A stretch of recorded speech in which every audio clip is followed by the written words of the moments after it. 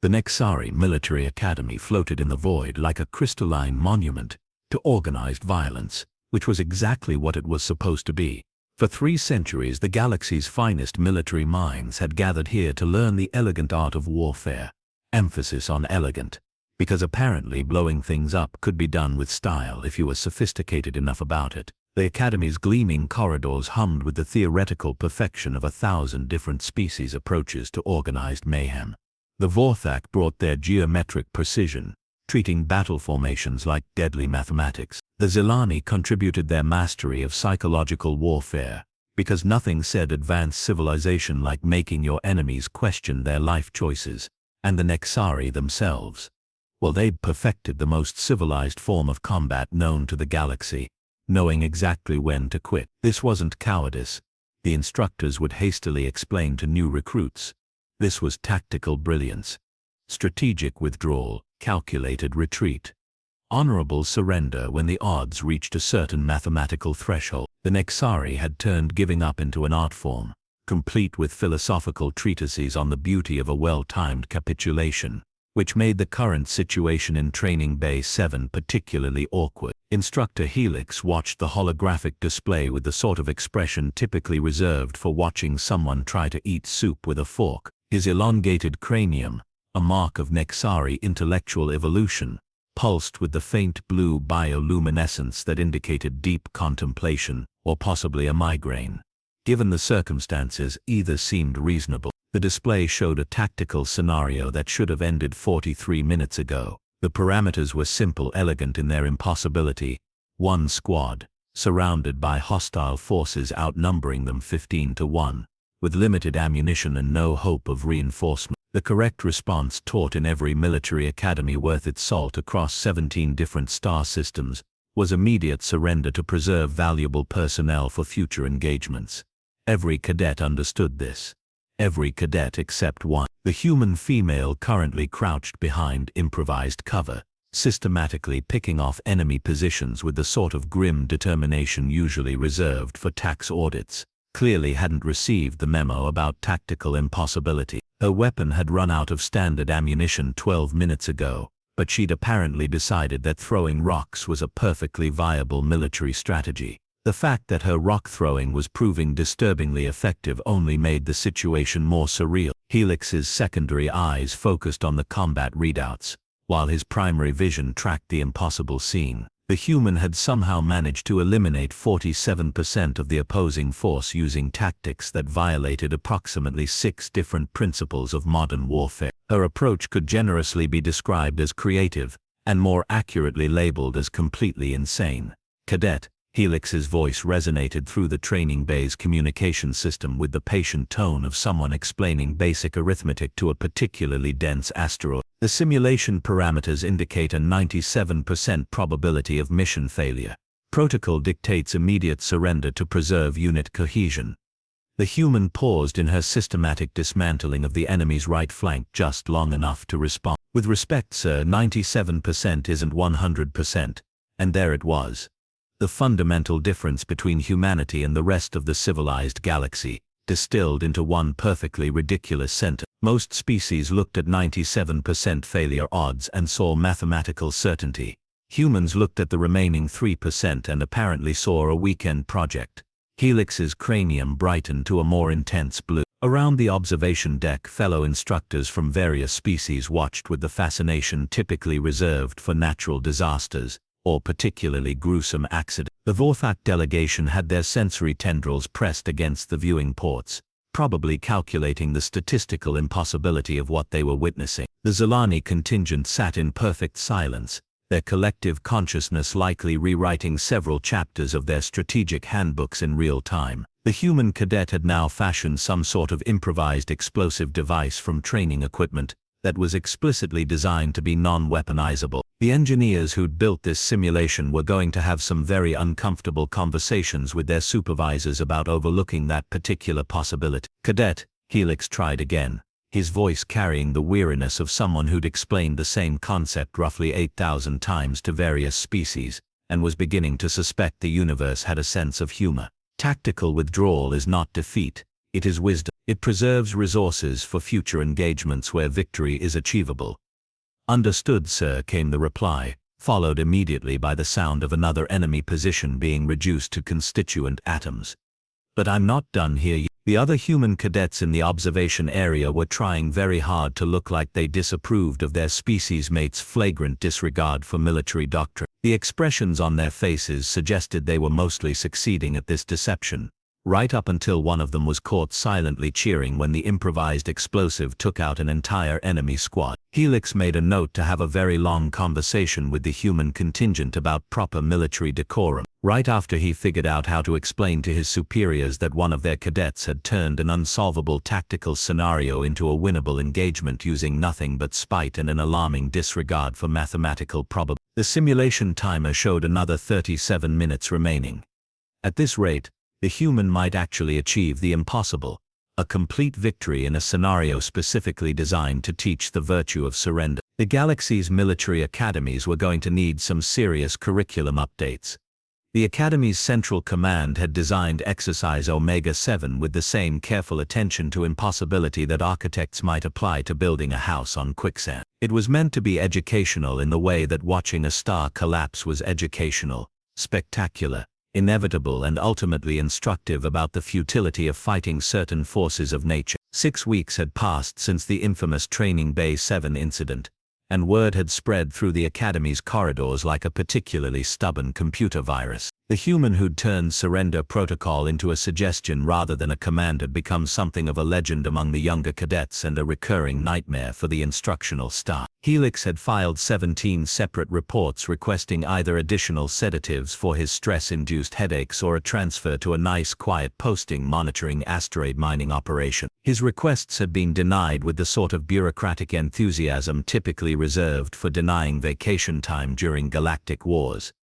Exercise Omega-7 was supposed to fix this problem. The scenario was so perfectly mathematically hopeless that even the most stubborn species would recognize the wisdom of strategic withdrawal. The Nixari Planning Committee had spent 6 months crafting a situation where persistence would be rewarded with nothing but an extended and thoroughly educational lesson in futility. They'd placed a mixed squad of cadets in a simulated fortress under siege. The fortress had limited supplies, no reinforcements, and defensive positions that could charitably be described as decorative. The attacking force consisted of 3 full battalions equipped with enough firepower to reduce a small moon to its component molecule. The scenario was designed to last exactly 47 minutes before rational military minds would recognize the inevitable and initiate surrender protocols. The human cadet looked at these parameters and apparently decided they represented a light warm-up exercise. The correct tactical response, Helix announced to the assembled cadets, his voice carrying the weary authority of someone who'd explained the same concept to roughly 14 different species and was beginning to question his career choices, is strategic withdrawal after initial defensive assessment. This preserves unit integrity while gathering intelligence for future operations. The Vorthak cadets nodded in perfect unison, their crystalline thought matrices processing the scenario's mathematical certainty. The probability of successful defense approached 0.003%, which in Vorthak military philosophy was indistinguishable from philosophical impossibility. The Zilani delegation had already begun their collective meditation on the aesthetic beauty of well-executed surrender. Their species had elevated tactical withdrawal to something approaching religious experience, finding deep spiritual meaning in the precise moment when continued resistance became an exercise in cosmic futility. The human cadet raised her hand. Helix felt his cranium's bioluminescence dim with resigned dread. In 6 weeks of instruction, that particular gesture had preceded some of the most creatively disastrous reinterpretations of military doctrine he'd ever witnessed. The last time she'd raised her hand, she'd somehow convinced a Zilani squad to attempt what she'd called a tactical tantrum, a maneuver that didn't exist in any military handbook but had resulted in complete mission success and 3 instructors requiring psychological counseling. Yes, cadet, he asked, though part of him wondered if feigning a sudden case of translator malfunction might be professionally viable. Sir, what if we don't retreat? The question hung in the air like a small explosive device waiting for someone to accidentally bump into it. Around the observation deck, instructors from 17 different species shared the sort of meaningful glances typically exchanged when watching someone announce their intention to wrestle a neutron star. The scenario parameters make victory statistically impossible, Helix explained with the patience of someone teaching kindergarten mathematics to a species that hadn't invented numbers yet. Continued resistance would result in unit elimination with zero tactical gain. But sir, the human continued with the sort of cheerful obliviousness that had probably gotten her species into trouble across half the galaxy. Impossible just means no one's figured out how to do it yet. The Vorthak cadets' thought matrices actually stuttered. Several Zilani had to enter emergency meditation to process the conceptual violation this statement represented. In the back of the observation deck, a hegemony war scholar was frantically updating his doctoral thesis on the mathematical certainty of military outcomes with what appeared to be several large question marks. The exercise began with the sort of mechanical precision that made military simulations feel like elaborate clockwork designed by beings who'd never experienced the chaos of actual combat. The attacking forces advanced according to textbook formations, their movements a symphony of tactical orthodoxy that should have resulted in swift, efficient victory, followed by respectful surrender and a nice review session over synthetic protein ration. The human cadet looked at this approaching tide of overwhelming force and apparently decided it represented a target-rich environment. Her first move violated approximately 6 different principles of defensive warfare by abandoning her assigned position to set up what could generously be called a roving nuisance operation. Instead of manning the fortress walls like a sensible defender, she'd somehow convinced her squad to create mobile harassment teams that struck at enemy supply lines with the persistence of particularly aggressive insects. The attacking force, programmed for rational opposition, found itself dealing with defenders who seemed to operate on principles borrowed from some alternate universe, where cause and effect were merely suggestion. Every time they adapted to counter one impossible tactic, the humans would invent something even more creatively inappropriate. By hour 2, the human squad had somehow turned their impossible defensive position into an offensive operation. They weren't defending the fortress anymore, they were using it as a base for increasingly audacious raids against an enemy force that outnumbered them 47-1. The fact that these raids were succeeding made the whole situation feel like watching someone solve advanced mathematics by repeatedly hitting the equation with a hammer until numbers fell out. Helix's stress indicators had reached levels typically associated with beings experiencing existential crises. The other instructors were taking notes with the frantic energy of scientists discovering that gravity occasionally worked backwards on Tuesday. Cadet, Helix's voice carried the strained quality of someone whose worldview was being systematically dismantled by raw stubbornness. Your current casualty projections indicate mission failure within the next 37 minutes. Copy that, sir, came the response, punctuated by the sound of another enemy position being convinced to stop existing. Still working on it. The human had somehow weaponized optimism, turning it into a tactical asset that defied every known principle of military science. Her squad moved with the sort of reckless coordination that suggested they'd all simultaneously decided that physics was more of a guideline than an actual law. The scenario that was supposed to teach the wisdom of surrender was instead becoming a masterclass in how to turn impossible odds into a personal challenge. The Academy's carefully designed lesson in tactical humility was being thoroughly subverted by a species that apparently viewed mathematical certainty as an interesting starting point for negotiation. The final examination arrived with all the fanfare of an execution notice, wrapped in the sort of ceremonial dignity that military institutions used to disguise their more sadistic educational impulses. The Academy's top brass had gathered in the observation chambers like vultures, attending a particularly promising funeral. Their various species united in anticipation of watching human hubris finally encounter the immovable object of tactical reality. The scenario they'd crafted was a masterpiece of hopelessness.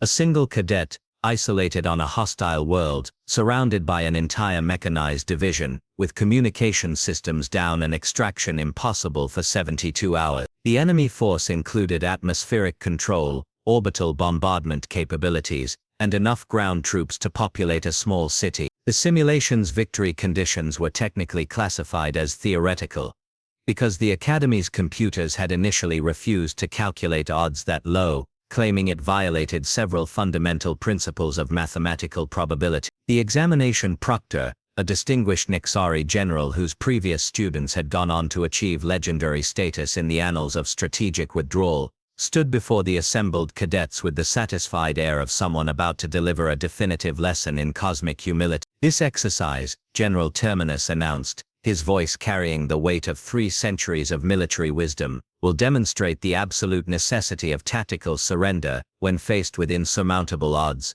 The objective is not victory. Victory is impossible. The objective is recognizing impossibility and responding with appropriate dignity."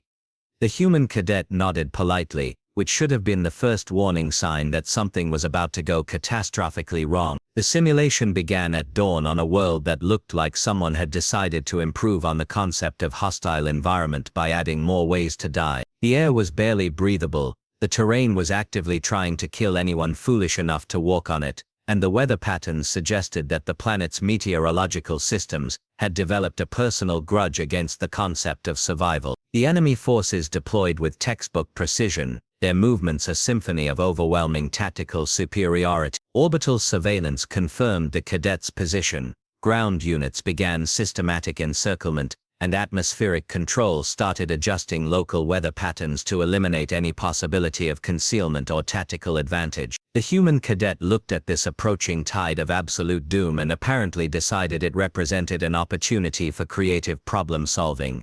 Her first move involved disappearing into terrain that the simulation's designers had specifically crafted to provide zero concealment opportunity. Somehow she managed to become invisible in an environment where invisibility was theoretically impossible, using techniques that seemed to involve equal parts military training and what could only be described as weaponized spite. The enemy forces found themselves hunting a target who shouldn't have been able to hide in terrain that shouldn't have provided cover, while dealing with harassment tactics that shouldn't have been possible given the available resources. The human had somehow turned the hostile environment into a tactical ally, using the planet's attempts to kill her as camouflage against enemies who were also trying to kill her. By hour 6, the mechanized division was showing signs of what military psychiatrists would later classify as collective tactical confusion. Their perfectly coordinated search patterns were being systematically disrupted by a single opponent who seemed to operate according to principles borrowed from some alternate dimension where cause and effect were handled by a different department. The human had managed to capture enemy supplies,